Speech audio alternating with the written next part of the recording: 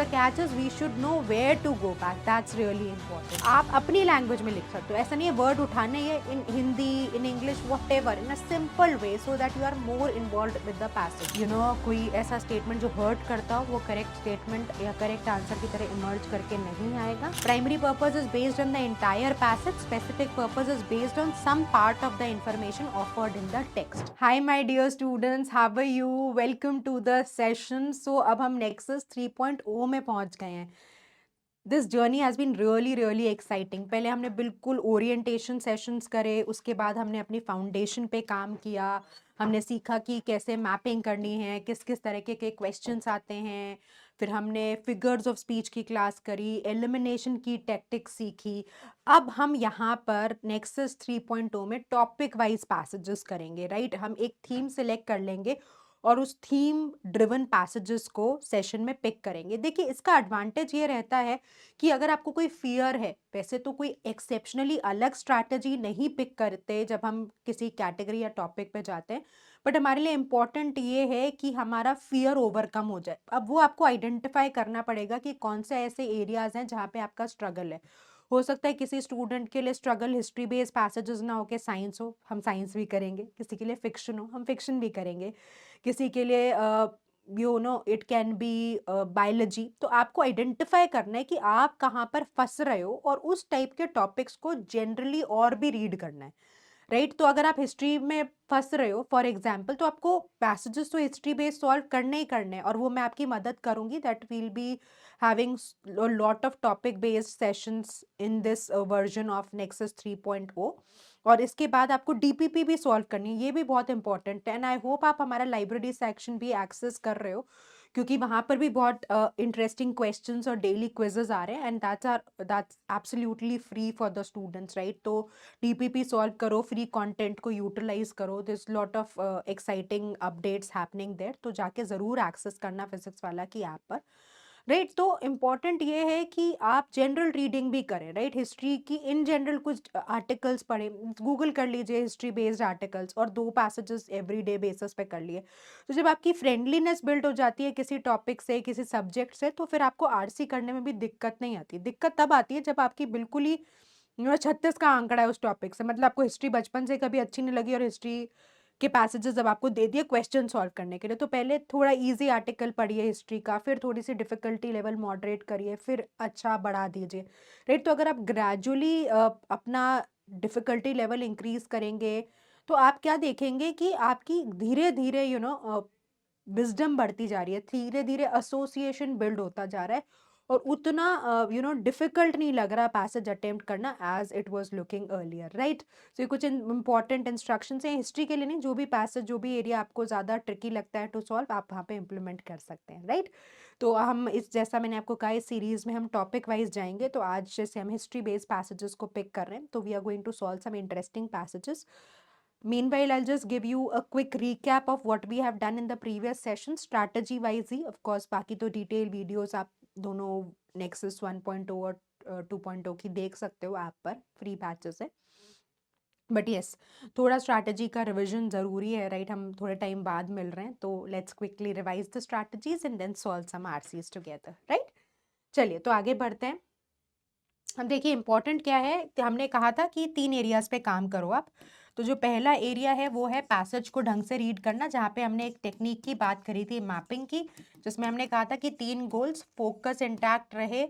उसके बाद the second goal is कि क्वेश्चन हम जो स्पेसिफिक हैं उनके लिए रिविजिट करें, यानी कि जो पूरे पैसेज पे बेस्ड ना होके किसी पर्टिकुलर पैराग्राफ पे बेस्ड हैं, किसी टर्म डेफिनेशन पे बेस्ड हैं, क्योंकि ऐसे क्लास 2024 में बहुत दिखे क्वेश्चन जो डायरेक्टली इंफॉर्मेशन प्रोवाइडेड थी उसको यूटिलाइज करके क्वेश्चन को आंसर करना था।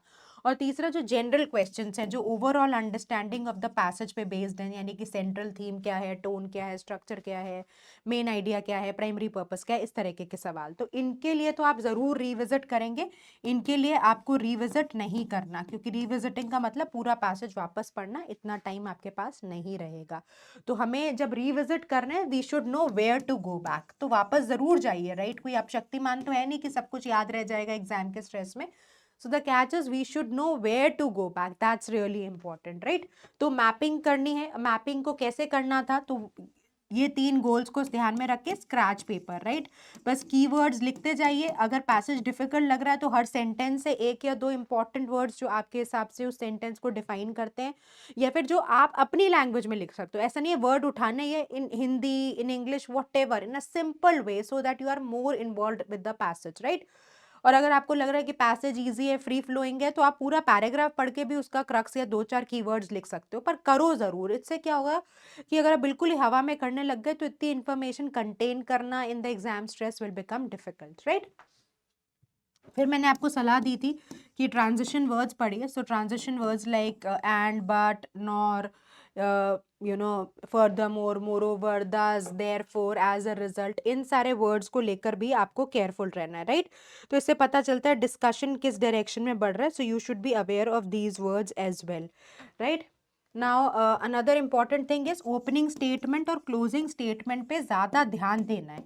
ये नहीं कह रही कि सिर्फ वही पढ़ने, because opening statement tells you what is the discussion all about, right. तो ओपनिंग स्टेटमेंट बताता है कि क्या डिस्कशन चल रहा है, what is the discussion all about.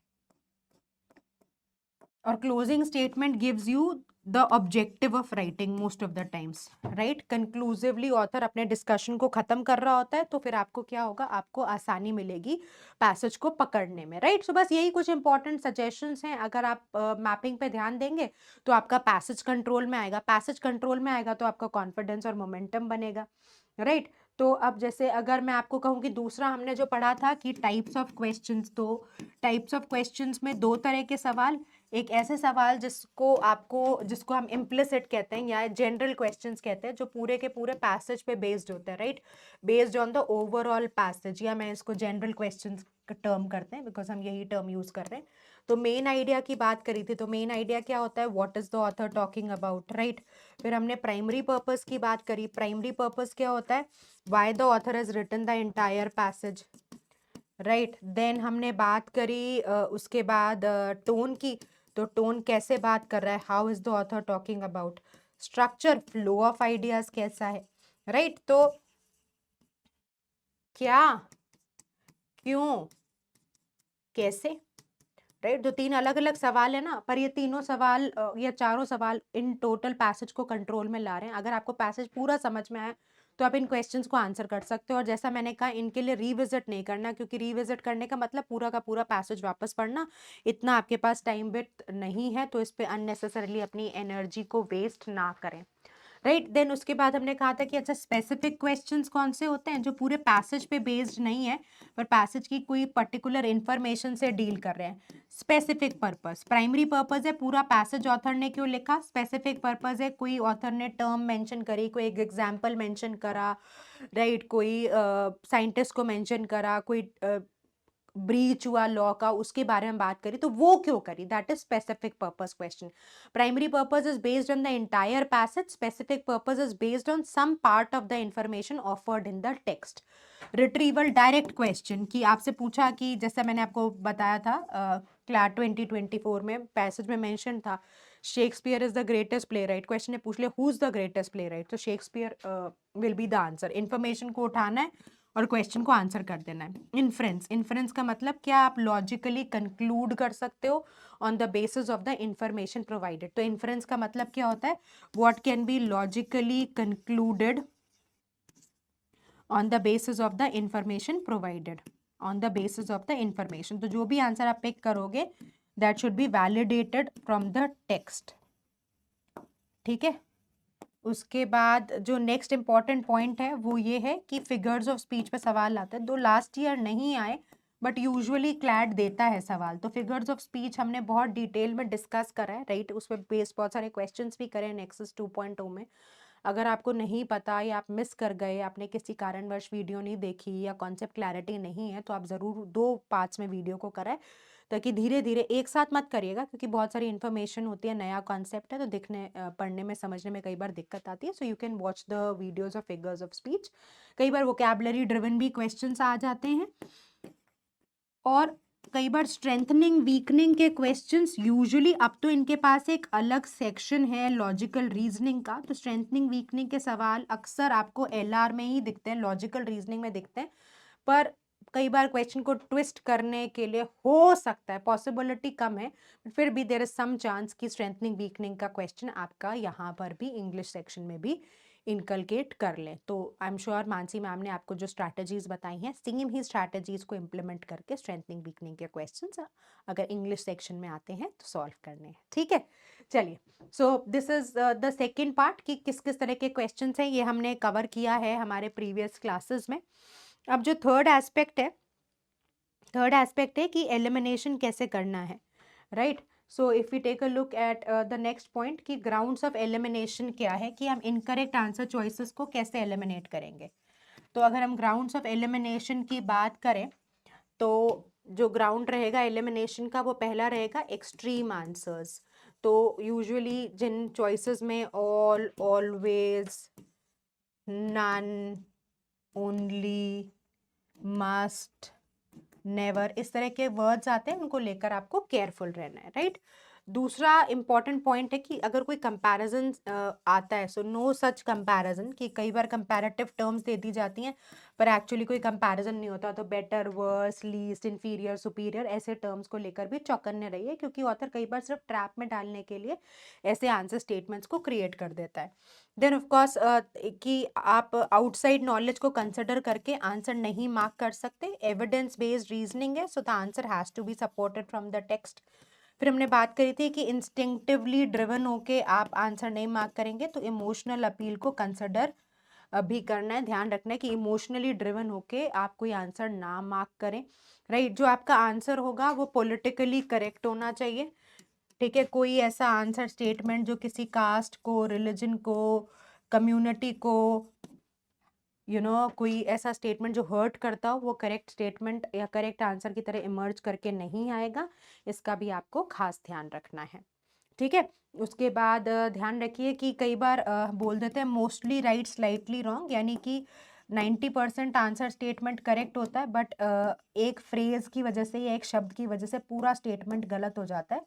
तो एक एक वर्ड वेरीफाइड हो और आप किसी ट्रैप में ना फंसो। तो ये कुछ इंपॉर्टेंट ग्राउंड्स ऑफ एलिमिनेशन है, जिसका डिस्कशन भी हम प्रीवियस सेशंस में कर चुके हैं।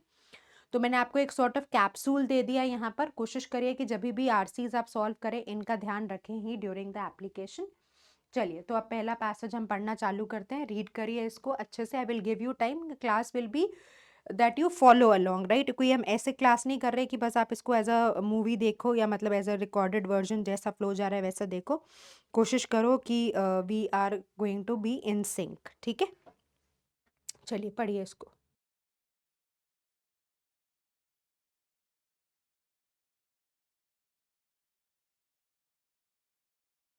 अच्छे से पढ़िए, मैपिंग करिए, टाइम लीजिए, राइट। और क्लास को साथ साथ सॉल्व करिए, राइट। आप सोचे कि बस मैम के साथ कर लेते, तो कई बार खुद के तरीके से करेंगे, फिर जब टीचर करेगी तो आपको समझ में आएगा कि भाई राइट तरीका क्या है, राइट अप्रोच क्या है, राइट।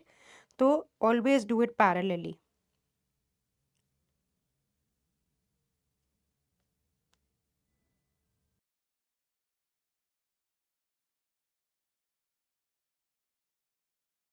चलिए, तो आई एम श्योर आपने रीड कर लिया होगा। अभी भी अगर आपको लगता है कि और टाइम चाहिए आपको पढ़ने के लिए, तो आप क्या करना, आप वीडियो को पॉज कर लो और फिर पूरी रीडिंग करने के बाद फिर आप वीडियो को वापस टर्न ऑन कर लेना, and you will be able to then be in sync, and then you can follow the discussion, understand that where are you getting troubled and what should be done, right. So the Renaissance, a vibrant period spanning from 14 to 17th century। तो ये बात कर रहे हैं एक phenomena की, renaissance, और उसका टाइम पीरियड दे दिया, राइट। अगर पढ़ने में दिक्कत आती है तो हर सेंटेंस से 2 सवाल बनाने की कोशिश कर लीजिए, that will keep you more involve, क्योंकि रेनेसां वाइब्रेंट मतलब एक्साइटिंग, जहाँ पे बहुत एक्साइटमेंट था, एनर्जी थी, इंथुजियाज्म था, उसको आप वाइब्रेंट पीरियड कहते हैं। Marked a profound cultural, artistic, political and economic reawakening in Europe following the quiescence of the Middle Ages। तो what was Renaissance? It was considered a rebirth, right? Renaissance का मतलब rebirth था, जहाँ पे बहुत reawakening हुई, यानी लोग वापस से जागरूक हुए, किसके प्रति, कल्चर के प्रति, पॉलिटिक्स के प्रति, इकोनॉमिक्स के प्रति, आर्टिस्टिकली, राइट। और ये मिडिल एज का टाइम था। This epoch while traditionally celebrated for the masterpieces of illustrious figures, illustrious मतलब पॉपुलर, नोटेबल, जिनका नाम था, जो रेपुटेड थे, तो स्पेशली किसकी बात हुई, ट्रेडिशनली सेलिब्रेट किसके मास्टरपीसेस सेलिब्रेट हो रहे थे, मिशेलेंजेलो के, bore and Leonardo da Vinci. तो आपसे पूछेंगे कि किसके काम को सेलिब्रेट किया जा रहा था, so who was being celebrated, and then you can take a name of both these illustrious popular personalities, Leonardo da Vinci and Michelangelo. ठीक है, implications that far transcended the realm of art and literature। तो मतलब इनका impact literature और art के beyond भी गया, मतलब बहुत पावरफुल इन्फ्लुएंस और इम्पैक्ट रहा। रेनेसां पीरियड क्या था, रेनेसां पीरियड किस ड्यूरेशन में स्प्रेड था, यहाँ पर कौन से इलस्ट्रियस फिगर्स को सेलिब्रेट किया गया, उनके काम का impact beyond art and literature गया, मतलब इतना प्रभावी काम था कि अपने गिवन एरिया के बियॉन्ड भी उन्होंने परचम लहराया या इन्फ्लुएंस किया, right. It ripples reshaped, it ripples मतलब ऐसा रिपलिंग इफेक्ट समझते हैं, जैसे आप अगर पानी में पत्थर डालते हैं तो ऐसे एक वेव क्रिएट होती है, तो उसको रिपलिंग फिनोमेना कहते हैं, धीरे धीरे रीच बढ़ना या असर इंक्रीज होना। तो इट रिपल्स रीशेप्ड, तो यहाँ पे क्या हुआ, यूरोपियन के थॉट प्रोसेस की रीशेपिंग हुई। So it led to European reshaping, मतलब जैसा वो सोचते हैं उस सोच में परिवर्तन आया। Setting the stage for paradigms of the modern world, paradigms मतलब models of the modern world, right. तो यहाँ पे बेसिकली रेनेसां की बात कर रहे हैं, उसके इन्फ्लुएंस और इम्पैक्ट की बात करी जा रही है, राइट। चलिए अब आगे बढ़ते हैं, let's read this.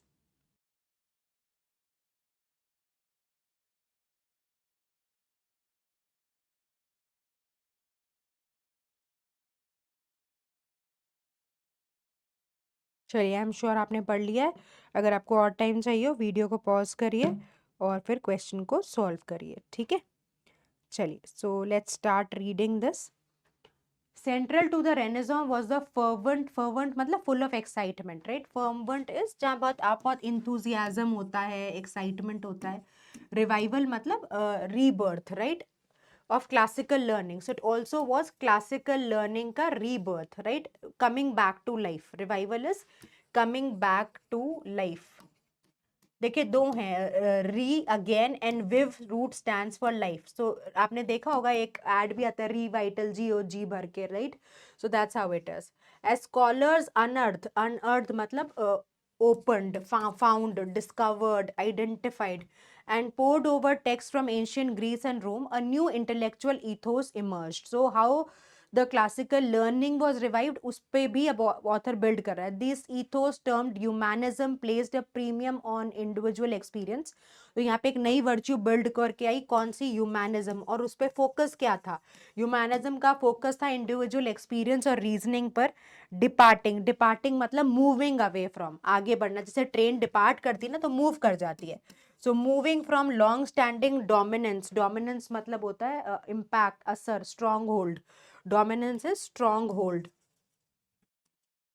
Of religious dogma, dogma मतलब एक particular fixated thought, and traditional doctrines, doctrines मतलब प्रिंसिपल्स। तो अब ह्यूमनिज्म पे जोर आया और रिलीजियस डॉक्ट्रीन्स और डॉगमा से आगे बढ़े।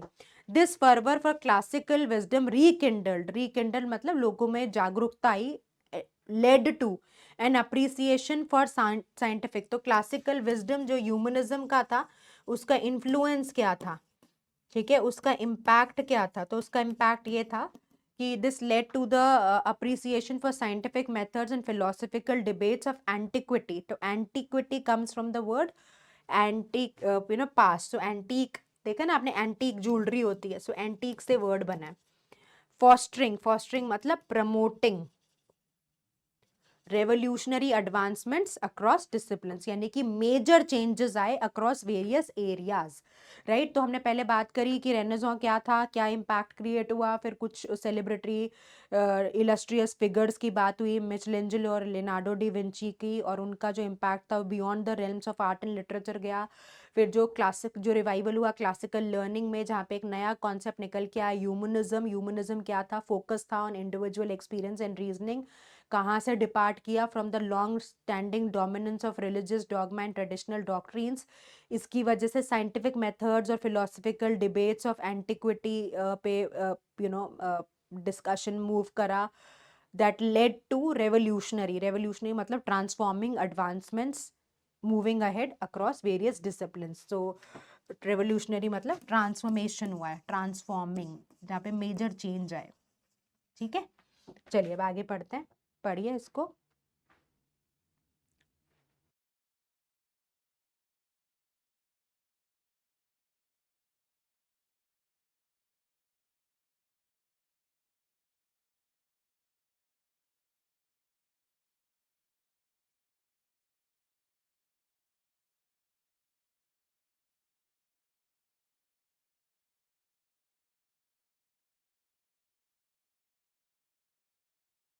चलिए, so I'm sure you have read it. Yet the Renaissance was more than a mere reenactment of the past. It was conducive to the future. That means ये ऐसा नहीं था कि पास्ट का रिवाइवल था, ये बेसिकली फ्यूचर के लिए एक बेस बना। That's what the sentence is trying to say. The mid 15th century, तो फिर 15th सेंचुरी में क्या हुआ? बोर विटनेस मतलब वॉज द विटनेस, विटनेस मतलब गवाह थी, बोर विटनेस मतलब गवाही दी इस सेंचुरी ने to Johannes Gutenberg's groundbreaking invention printing press. तो प्रिंटिंग प्रेस का जो इन्वेंशन हुआ ना बच्चों, उससे बहुत इन्फ्लुएंस हुआ कि देश दुनिया कैसे आगे बढ़ी, राइट। जो कितने सालों लगते थे एक बुक को लिखने में, और पूरा कंट्रोल किस पे था? मंक्स पे होता था, राइट। और कैसे कितना जल्दी जल्दी बुक्स पब्लिश हुई, आइडियाज एक जनरेशन एक एरिया ऑफ प्लेस से दूसरी जगह पहुंचे। तो विचारधारा जो विचारधारा जिससे प्रभाव क्रिएट होना था, जिससे इम्पैक्ट क्रिएट होना था, वो बहुत फैसिलिटेट किया प्रिंटिंग प्रेस ने, राइट। बाय डेमोक्रेटाइजिंग मतलब सबको पहुंच मिली, राइट। पहले ये एक्सेस लिमिटेड था, राइट। जो किताबें होती थी, कई मंक्स लगते थे, कितने साल लगते थे एक किताब बनाने में, अब इसकी प्रेस से सबको पहुंच मिली नॉलेज की, राइट। डेमोक्रेटाइजिंग मतलब it was ensuring that everybody gets access to knowledge. This device instigated मतलब ब्रॉट, प्रमोटेड, जागरूक करना, ठीक है, an intellectual renaissance of its own. तो प्रिंटिंग प्रेस से एक बहुत बड़ा परिवर्तन आया। No longer were books the exclusive preserve of the elite. तो एलीट तक लिमिटेड नहीं रही, जैसे बोल रहे हैं ना कि डेमोक्रेटाइजिंग एक्सेस मिला। Knowledge spread like wildfire, seeding the minds of masses and paving the way for enlightenment. Some argue that this proliferation of information spread, proliferation क्या होती है? Spread of information was a precursor to today's digital age. तो ये precursor थी, मतलब ये इसी की वजह से ये मतलब बेस बनी to what is happening today an age of digital age, emphasizing transformative power of shared knowledge. तो हाउ प्रिंटिंग प्रेस केम, और प्रिंटिंग प्रेस का ह्यूज ह्यूज इम्पैक्ट, मतलब this is one invention which is considered to be one of the iconic inventions of history, right, which actually brought a lot of change in the intellect, in the wisdom sharing, in the knowledge empowerment of people, right. तो कई तो ऐसे भी authors हैं और perspectives हैं जो कहते हैं कि ये तो आईफोन से भी बड़ा इन्वेंशन था, जिसने इतना दुनिया को आगे बढ़ाया और प्रगति को गति दी।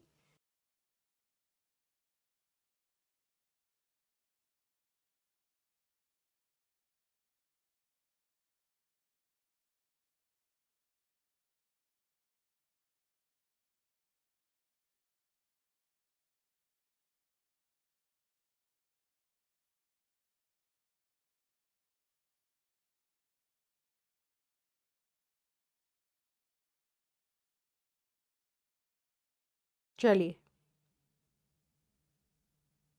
आपने अगर पढ़ लिया है तो हम इसको आगे बढ़ाते हैं। Simultaneously the renaissance was a period of unprecedented artistic innovation. तो देख रहे हैं आप, पहले ह्यूमनिज्म पे बात करी, फिर प्रिंटिंग प्रेस से क्या रेवोल्यूशन आया, और अब ऑथर बोल गया कि आर्टिस्टिक इनोवेशन में भी बहुत बड़ा मैसिव ग्रोथ हुई थी, ठीक है। सो आर्टिस्टिक इनोवेशन की अब बात हो रही है पैसेज में। Artists employed mathematical principles to achieve linear perspective, giving birth to 3D art. The use of chiaroscuro, a technique। अब आपसे पूछ लें कि ये chiaroscuro क्या होता है, chiaroscuro और chiaroscuro, तो you can come here. A technique employing light and shadow contrast added depth and realism to paintings. These advancements were not merely stylistic shifts but symbolized a broader societal movement towards realism and empiricism. However, like all periods of intense transformation, the Renaissance faced its shares of detractors. So now till here we were talking about okay this happened, this happened, this happened. Now it's taking like other transformation, यहाँ पे भी detractors आए यहाँ पे, यानी digress हुआ. Critics contended, तो critics ने क्या बोला कि era pronounced emphasis on humanism and individualism catalyzed moral degeneration. तो जो negatives कह रहे हैं, लोगों ने कहा कि इससे negatives क्या हुए, उन्होंने कहा कि इससे ह्यूमनिज्म और इंडिविजुअलिज्म पे जब फोकस आया तो इससे मॉरली लोग डीजेनरेट हुए, asserting stating that it steered society away from traditional religious mournings. तो जैसे कह रहे हैं ना कि रिलीजन डॉक्ट्रिन से हटके लोगों ने ह्यूमनिज्म पे काम किया, तो पीपल आर कंप्लेनिंग, जो क्रिटिक्स है वो इस पॉइंट को नेगेटिव कंसिडर करते हैं. फिर लोगों ने कहा कि अनचेक्ड स्प्रेड ऑफ इंफॉर्मेशन हुई, right. So it could sow discord, discord मतलब यू नो डिसएग्रीमेंट या हार्मनी जहाँ पे लूज कर जाते हैं. So these are the negatives. In the vast tapestry of history renaissance emerges as a pivotal juncture, मतलब एक important point is what it was not just about rediscovering the part but reimagining the future. So it was not only that you were, author इस point को again and again कई तरीके से बोल चुका है कि पास्ट को तो रीडिस्कवर किया ही और फ्यूचर को रीइमेजिन किया गया. तो इम्पैक्ट बहुत सॉलिड रहा रेनेसां का. by melding the wisdom of antiquity past, तो antiquity is past, antique जैसा मैंने आपको समझा रही थी मैं, with forward looking innovations, it sculpted मतलब created, it created the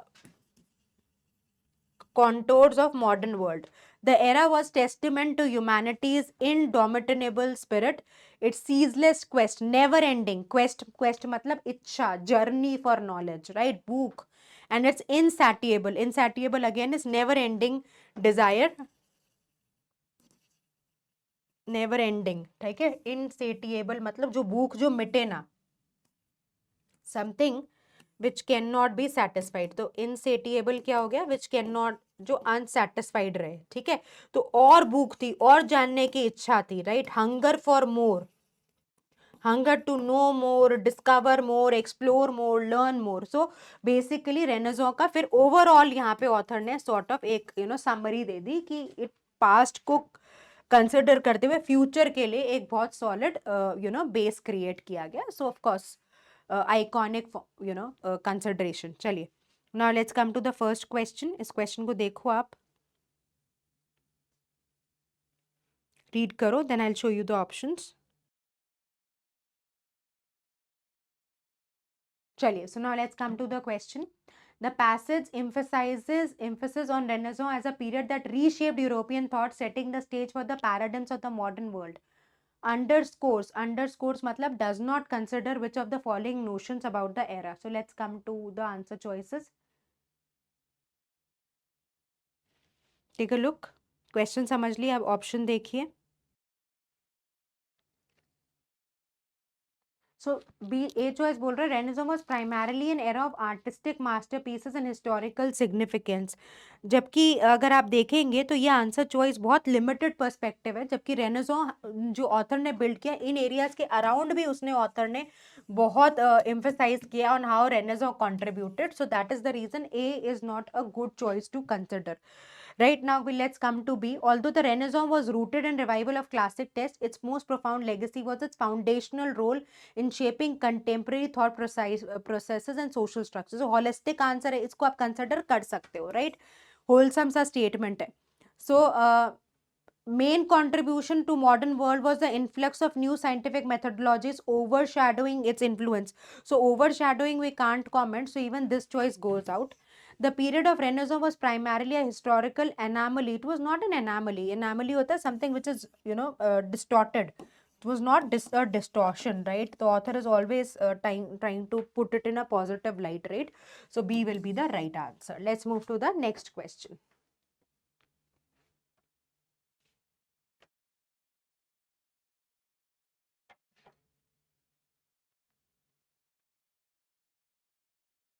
try करिए, क्वेश्चन ध्यान से पढ़िए. So in discussing the impact of Johannes Gutenberg invention of printing press, the author emphasizes its role in solely promoting, solely again extreme हो गया ना, solely सिर्फ literacy rate थोड़ी promote कर रहा था, तो यहीं पे आंसर चॉइस extreme के ग्राउंड पे एलिमिनेट हो जाएगी. फिर चॉइस बी पे आइए, facilitating a wave of artistic and literary creativity leading to a golden age, कहीं उसने ये नहीं बोला कि गोल्डन ही एज थी, राइट, अगेन एक्सट्रीम है। Acting as a catalyst for democratising knowledge, precipitating widespread intellectual awakening and laying the groundwork for subsequent eras like enlightenment. बिल्कुल holistically every aspect of the impact of printing press has been taken into consideration. बहुत promising choice है, फिर भी एक बार D को eliminate कर लेते हैं before we take a final call. Primarily shifting economic power dynamics. No, it was not shifting economic power dynamics, right? So this is irrelevant. The correct answer is going to be C, right? Wholesome answer. चलिए, let's move to the next question.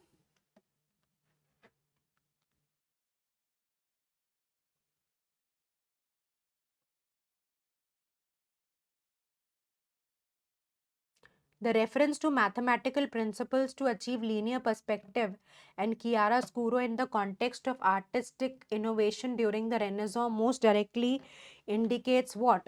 So it indicates a transition from abstract and symbolic art forms towards more realistic and empirically grounded artistic expressions. हाँ, yes. So it was saying that a transition has happened in art forms. रख सकते हैं इसको. A decline in significance of religious themes. No, decline तो हुआ ही नहीं था. A reactionary movement against, it was not a reactionary movement against the scientific methods. Scientific methods को तो include कर रहे थे.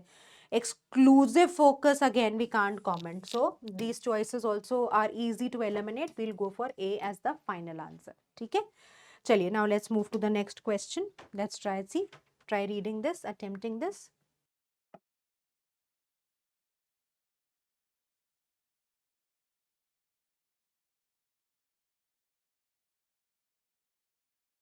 Take a look at the question. Critics of the Renaissance era expressed concerns about the period's influence on society. तो क्या क्या critics का perspective था. Which of the following best encapsulates मतलब गिव्स यू अ समरी और a capsule और covers the major points about these apprehensions मतलब क्या डाउट्स थे, राइट, क्या मन में चिंताएं आई, right, as outlined in the passage. So you could go back if needed, right, आप क्योंकि रिकॉर्डेड फॉर्म में देख रहे हो, so you can make the video shift back and then see the paragraph and then take a look at what choice gives you the wholesome picture. The Renaissance, despite its cultural and intellectual vibrancy, had minimal tangible impact on societies. Now, नहीं देखिए, this is basically minimal tangible impact तो ऐसा उसने बोला नहीं, governance तो खैर मुद्दा ही नहीं उठाए. और the eras pronounced emphasis on individualism and widespread dissemination of knowledge wrist. तो ऑथर को ये था कि ट्रेडिशनल वैल्यूज और रिलीजियस ग्राउंड्स पे पीपल विल बिकम वीक. और दूसरा था कि जो भी नॉलेज स्प्रेड हो रही है वो कुछ भी स्प्रेड हो सकता है विदाउट बीइंग वेरीफाइड, राइट. तो and it could lead to societal discord. तो this is trying to cover most of the points. Let's come to see. The primary concern was overwhelming focus on art and literature. नहीं, ये कोई at the expense, it was not at the expense, क्योंकि scientific और technological developments भी हुए, तो at the expense ऐसा there is no such comparison. Critics believe that Renaissance, by placing undue emphasis on the past, stifled innovation. It's not stifled. Stifled होता है दम घोटना. It did not. ये तो promote ही कर रहा था, right? Deterred मतलब stopped, रोकी. So that's again opposite of what the question is stating. So B is the right answer, right. Let's come to the next passage now. Let's read this.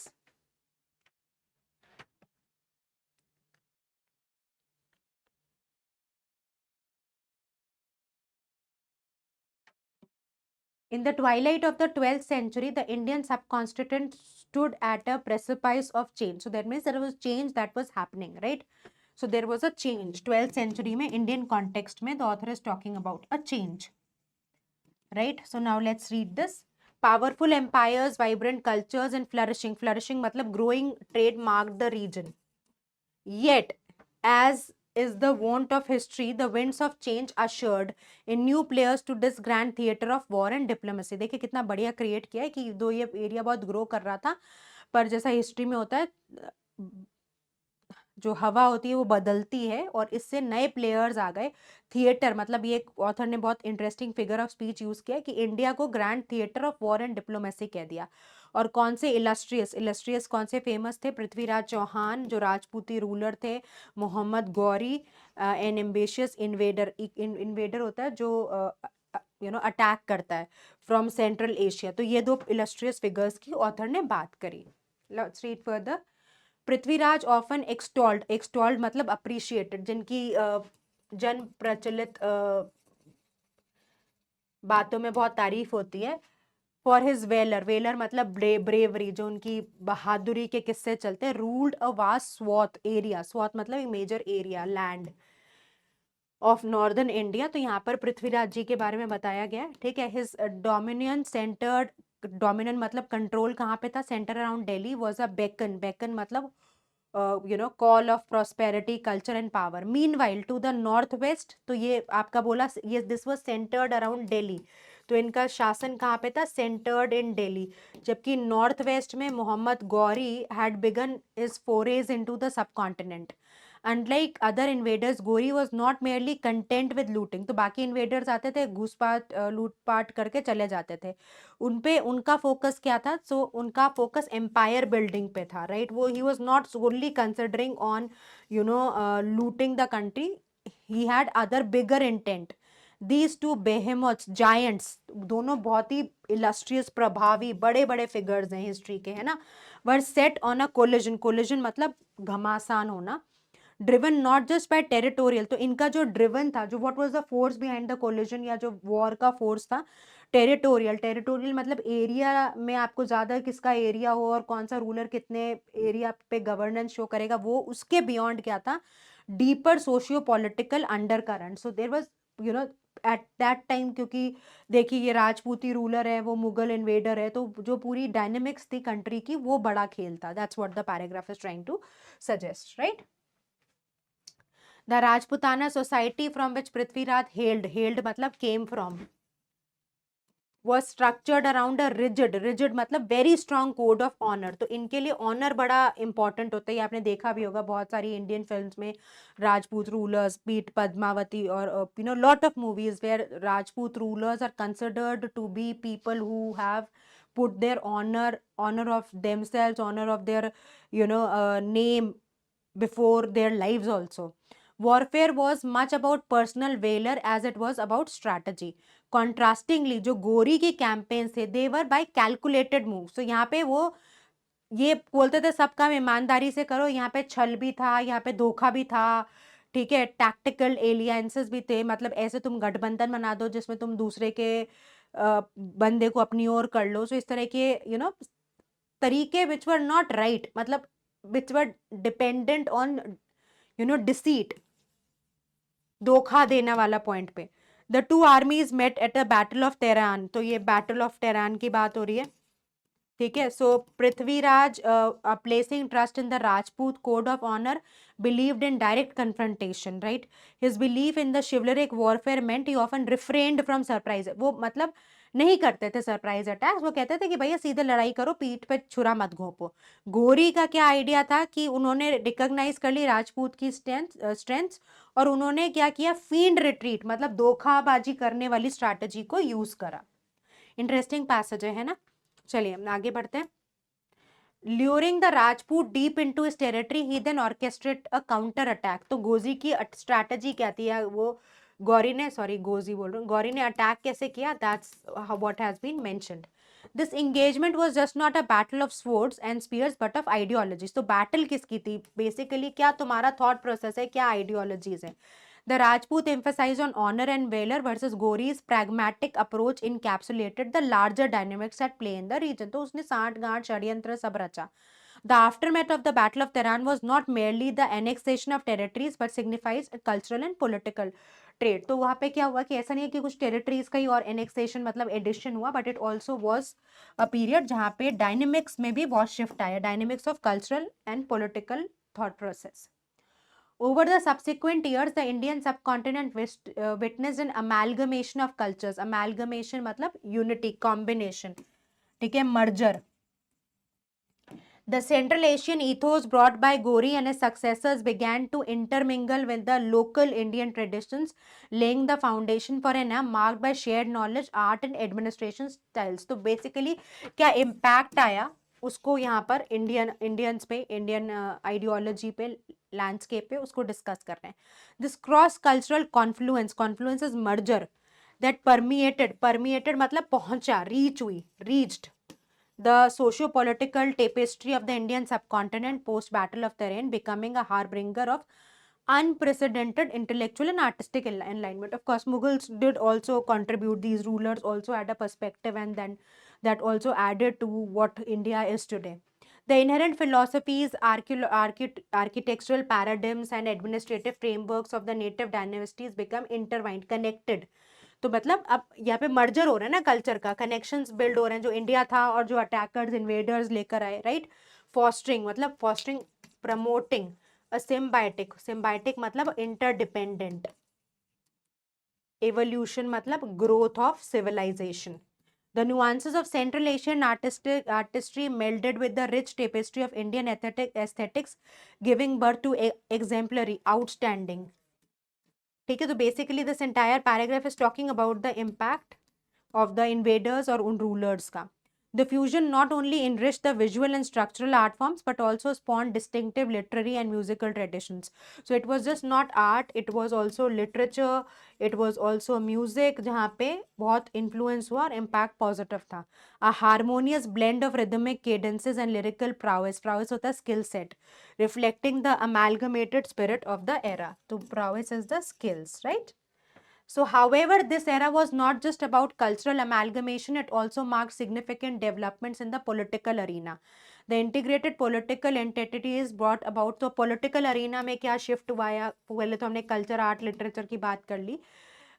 Administrative reforms आए, ज़्यादा cohesive government structure हुए, diverse governing principles forged a resilient administrative framework that could balance the multifaceted social, cultural dynamics. तो ये positive impacts की बात कर रहा है, मतलब ऐसा नहीं है कि ऑथर क्लियरली अगेंस्ट ही चला गया. It is somewhere talking about the positive impact, right.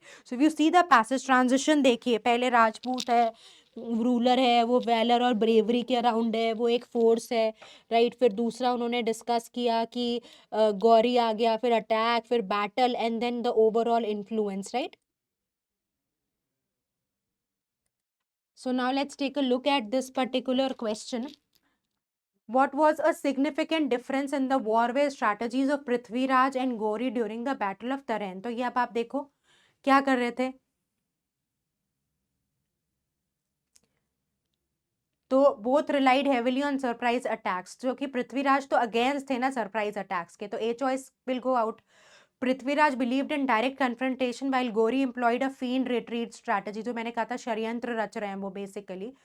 तो यस, इसको रख सकते हैं, ये तो opposite of what the text is saying, इसको रखते हैं. Gauri believed in direct confrontation, तो नो, गौरी तो षड्यंत्र रच रहे थे ना, फेंड अप्रोच में बिलीव कर रहे थे. Both use espionage as a primary tactic, नहीं, ये अगेंस्ट था पृथ्वीराज के. वो is a man of honour, he never did something which was derogatory और you know which lacked morals and principles. So B will be the right answer. ठीक है, चलिए आगे बढ़ते हैं. Let's do the next question. Please try this.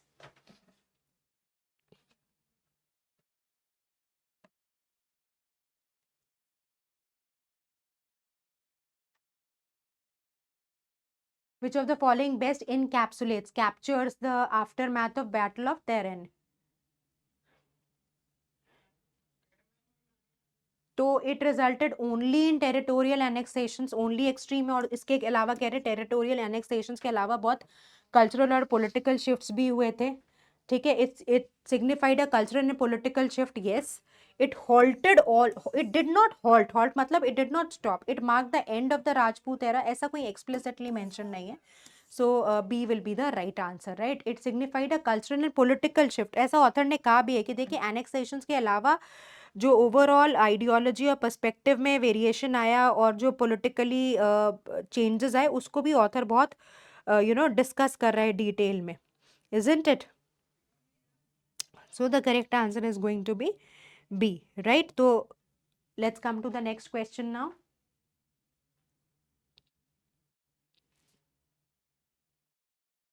Please try doing this.